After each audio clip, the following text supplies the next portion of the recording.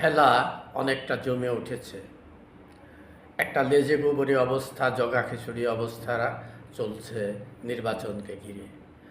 আজ রংপুরের একটি জনসভায় নাহিদ ইসলাম বলেছেন যে ফেব্রুয়ারিতে নির্বাচন সম্ভব না। যদি ফেব্রুয়ারিতে নির্বাচন করতে হয় তাহলে আগে জুলাই সনদ বাস্তবায়ন করতে হবে, অপরাধীদের বিচার করতে হবে। অর্থাৎ এক কথায় আওয়ামী লীগের সভানেত্রী শেখ হাসিনা সহ আওয়ামী লীগের শীর্ষ নেতাদের ফাঁসির রায় হওয়া পর্যন্ত অপেক্ষা করতে বলছে। তিনি বলেন যে 90-এর 3 জোটের রূপরেখা হয়েছিল, কী লাভ হয়েছে? পরবর্তী সরকার সেটা বেমালুম ভুলে গেছে। যদি এই সরকারও এই রায়গুলো বাস্তবায়ন না করে এবং জুলাই সনদের যদি সংবিধানে অন্তর্ভুক্ত না করার আগেই যদি নির্বাচনে যায়, তাহলে এটা একটা কাগুজে লেজুগোবরে অবস্থা হয়ে থাকবে মাত্র, এটা কাগুজে দলিল হয়ে থাকবে মাত্র। এর বাস্তবতা, এর বাস্তব ভিত্তিক কোনো বিষয় থাকবে না। তিনি বলেন যে নির্বাচন হতে হলে অবশ্যই জুলাই সনদ বাস্তবায়ন আগে করতে হবে।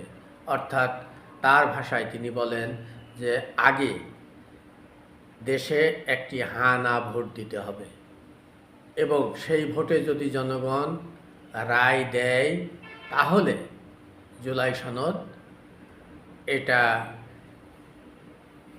সংবিধানে অন্তর্ভুক্ত হবে। কিন্তু তিনি একটা বিষয় হচ্ছে যে কোনো কিছু যদি সংবিধানে অন্তর্ভুক্ত করতে হয় তাহলে তো একটি জাতীয় সংসদ থাকতে হবে। একটি জাতীয় সংসদ ছাড়া তো কোনো আইন সংবিধানে অন্তর্ভুক্ত করার কোনো সুযোগ নেই।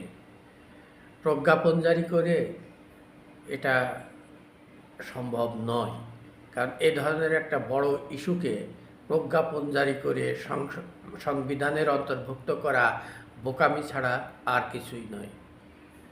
তো নাহিদ ইসলামের কথায় আমরা যেটা বুঝতে পারছি সেটা হচ্ছে যে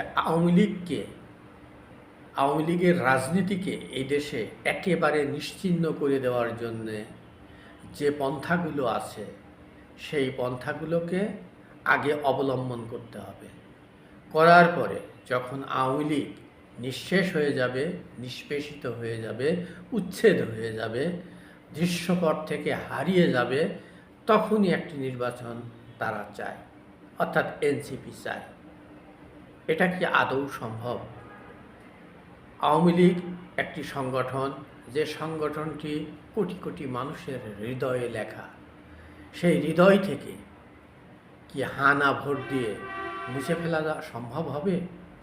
সেটা কি সম্ভব না? সেটা কি বাস্তব? যারাই আরেকটা বিষয় সেটা হচ্ছে যে নাহিদ ইসলামরা চায় ৭২-এর সংবিধানের বিলুপ্তি ঘটুক। এই সংবিধানটাকে, অর্থাৎ মুক্তিযুদ্ধের চেতনাটাকে বিলুপ্ত করে জুলাই চেতনাটাকে সামনে রেখে একটি বাংলাদেশ গড়তে চায়। ৭২-এর সংবিধান মুক্তিযুদ্ধের সংবিধান, স্বাধীনতার সংবিধান, একটি দেশের অভ্যুদয়ের সংবিধান। সেই সংবিধানটা কি ছুঁড়ে ফেলা সম্ভব? আর যদি সে ধরনের একটা কিছু হয় তাহলে তো দেশটা একটা গৃহযুদ্ধের দিকে চলে যেতে পারে, একটা বিক্ষুব্ধ রাজনৈতিক পরিবেশ, অস্থির পরিবেশ সৃষ্টি হতে পারে। সেটা তো কারোর জন্যই কাম্য নয়। জুলাই সনদ বাস্তবায়ন করতে হলে অবশ্যই একটি নির্বাচিত সংসদ লাগবে, আর সেই নির্বাচিত সংসদ পেতে হলে অবশ্যই একটি নির্বাচন হতে হবে। সেই নির্বাচনের মাধ্যমে যে সরকারটি গঠিত হবে সেই সরকারই কেবল পারবে জুলাই সনদকে সংবিধানে অন্তর্ভুক্ত করতে।